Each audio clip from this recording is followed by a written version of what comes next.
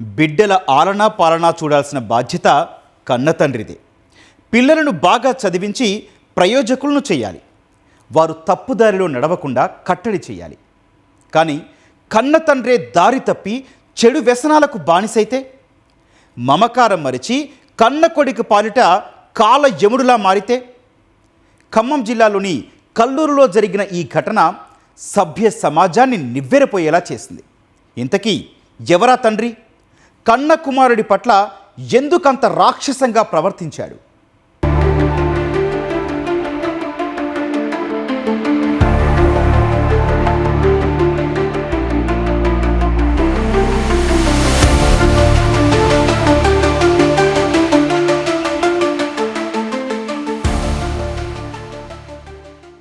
ఇతని పేరు కిరణ్ కుమార్. ఖమ్మం జిల్లా కల్లూరులోని అంబేద్కర్ నగర్ కాలనీలో నివాసముంటున్నాడు. ఇతని తండ్రి సీతారాములు చెడు వ్యసనాలకు బానిసయ్యాడు. వివిధ నేరాలకు పాల్పడి పలుసార్లు జైలు పాలయ్యాడు. రోజు రోజుకి వ్యసనాలకు డబ్బులు చాలకపోవడంతో ఇంట్లో వాళ్లను వేధించసాగాడు. డబ్బుల కోసం సొంత ఇల్లును అమ్మేయాలనుకున్నాడు. ఇందుకోసం తెలిసిన వారిని తీసుకొచ్చి ఇంటిని అమ్మే ప్రయత్నాలు మొదలుపెట్టాడు. అంబేద్కర్ నగర్ చెందిన సీతారాములు అనే వ్యక్తి ఆటో డ్రైవర్ గా పనిచేస్తూ ఉంటాడు.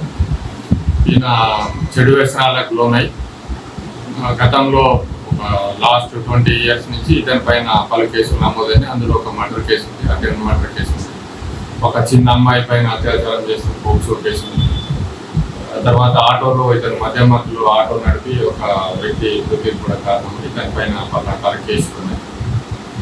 ఇతను ఈ వ్యసనాల బారిన పడి బాగా అప్పులు చేసి ఆయనకున్న ఇల్లు నమ్మాలన్నప్పుడు అదే ఇంట్లో ఉంటున్న అతని కొడుకు మరియు భార్య అమ్మడానికి వాళ్ళు వ్యతిరేకత చూపినారు. ఇల్లు అమ్మేందుకు సీతారాములు భార్య, కుమారుడు కిరణ్ కుమార్ ఒప్పుకోలేదు. దీంతో సీతారాములు వారిని ఇంటి నుంచి వెళ్లిపోమ్మన్నాడు. ఇల్లు ఖాళీ చేయమని చెప్పినా కొడుకు వినకపోవడంతో కుమారుణ్ణి చంపితేనే తనకు ఇల్లు అమ్ముకోవడం వీలు పడుతుందని, డబ్బులు వస్తాయని భావించాడు. ఇందుకోసం పక్కాగా ప్లాన్ చేసి దానిని అమలు చేశాడు. ఈ నెల 3న సాయంత్రం తన కుమారుడిని కల్లూరులో ఉన్న ఒక బెల్ట్ షాపుకు తీసుకెళ్లి బాగా మద్యం తాగించాడు. ఆ తర్వాత ఇంటికి వచ్చిన కుమారుడు మద్యం మత్తులో మంచంపై పడుకుని గాఢ నిద్రలోకి పోయాడు.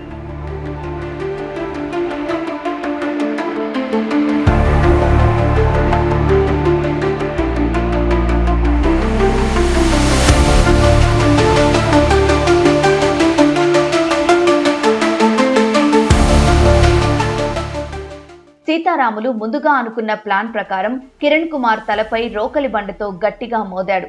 కిరణ్ కుమార్ రక్తపు మడుగులో గిలగిలా కొట్టుకుంటుంటే పైశాచిక ఆనందం పొందాడు. పీడ వదిలిందనుకుంటూ సీతారాములు తన ఆటోలో అక్కడి నుంచి పరారయ్యాడు.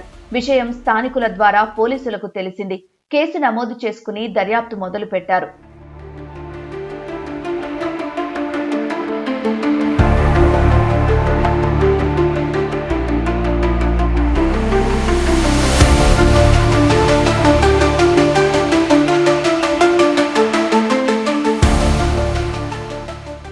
నిందితుడు 2 రోజుల పాటు ఆంధ్రప్రదేశ్లోని తిరువూరు, విస్సన్నపేట ప్రాంతాలలో తిరిగి కల్లూరు వైపునకు ఆటోలో వస్తుండగా పోలీసులు వెంకట్రామపురం వద్ద మాటు వేసి అరెస్ట్ చేశారు.